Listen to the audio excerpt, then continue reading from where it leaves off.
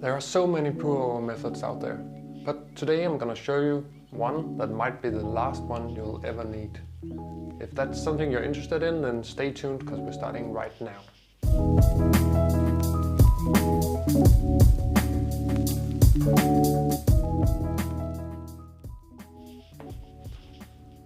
Hello, welcome to the channel. I'm Asa from the Coffee Chronicler. I'm a Q-grader and coffee writer. Today I'm going to show you my favorite pour-over technique that I've been using almost every single day for the last year. This method has resulted in some of the best pour-overs I've ever had. It's a very easy and consistent method, and it gives you a coffee with a very long aftertaste and a great balance and acidity. This method works best with flat bottom drippers such as the Kalita Wave, so that's what we're going to use in this demonstration. However, if you only have a cone dripper, you can also get decent results, but you might have to tweak the method a little bit. The unique thing about this method is that we divide the main components of pour-over coffee into 3 distinct parts. That makes it really easy to follow, and it's super consistent. Another unique aspect of this pour-over method is that it's very much built around this tool here, which is the Gabi Dripmaster B. So in order to get the best results, you will need to have one of these. What this tool does is that it disperses the water. It kind of like turns the water into small droplets and then drips it at a certain rate. So by using this, you don't need to have a fancy gooseneck kettle. You can just use the Gabi Dripmaster and it will take care of a lot of the hard work. A little disclaimer before we go into the brew method itself is that it works best with doses of around 20 to 30 grams. So if you're usually brewing less, then you might have to tweak the method a little bit to get the best results. Okay, but enough talking. Now I'll show you how I do it and you can follow along in real time. The first thing you'll need is a grinder. Then you'll need a digital scale, preferably with a timer. I'm gonna use a gooseneck kettle, but if you only have a regular one, that's also fine. Then I'm gonna use the Gabi Dripmaster B, which is kind of indispensable for this method. Today I'm also gonna use the stainless steel version of the Kalita Wave. I don't really like this version, so I'm gonna throw in a dispersion screen to help speed up the flow rate a little bit.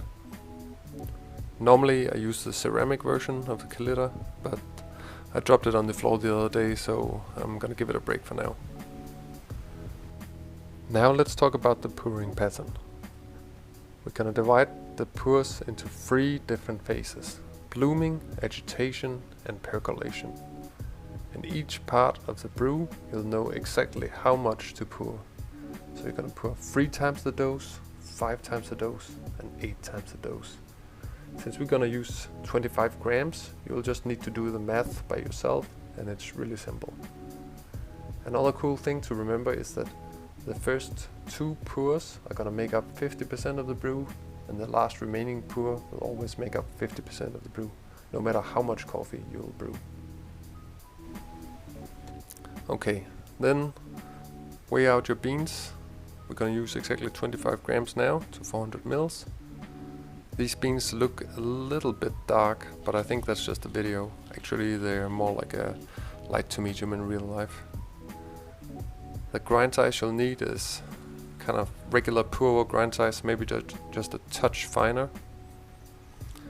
Then take your filter, rinse it, and discard the rinse water. Now add the coffee to the Kalita Wave, and remember to tell the scale before you start brewing. Okay, first phase is the blooming phase. The goal here is just to evenly saturate all the coffee grounds so we avoid any dry pockets, and this will help create an even extraction. Some people like to stir the bloom, but I don't think it's necessary when you use a flat bottom brewer like the Kalita. Now we're gonna enter the agitation phase. What we do here is we pour quite aggressively to really get in all the agitation that we need. When we reach 200, then we're gonna take a spoon and stir it gently 2 times. It's important that you keep the stir consistent from time to time. Next up, we're gonna add the Dripmaster, tear the scale again, and now we're gonna pour the remaining 50% of the water. So in this example, it's gonna be 200 grams. The Gabi Dripmaster has a max capacity of 120 mils, so pour that first and then wait for the water to drip.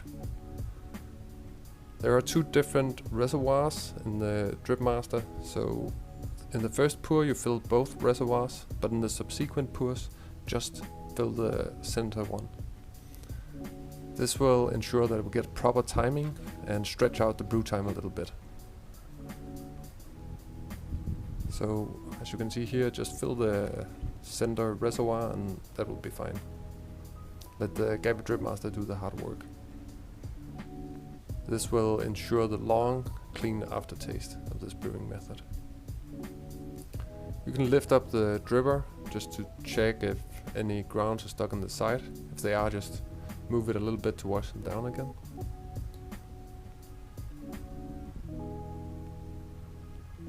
The total brew time should be around 3:15 to 3:45. If you're not quite hitting those times, then you can make your grind size a bit finer or coarser depending on what you need. Or you can check out my previous video about stalling. The final brew bed should be flat and even, and there shouldn't be any silt on the top. It should just look kind of like sandy, rough beach. Then swirl the coffee before you serve it, and yeah, you're ready to enjoy. Okay guys, as you can see from this little demonstration, this brewing method is super easy. Once you've tried it at home a couple of times, I'm sure you'll have great results.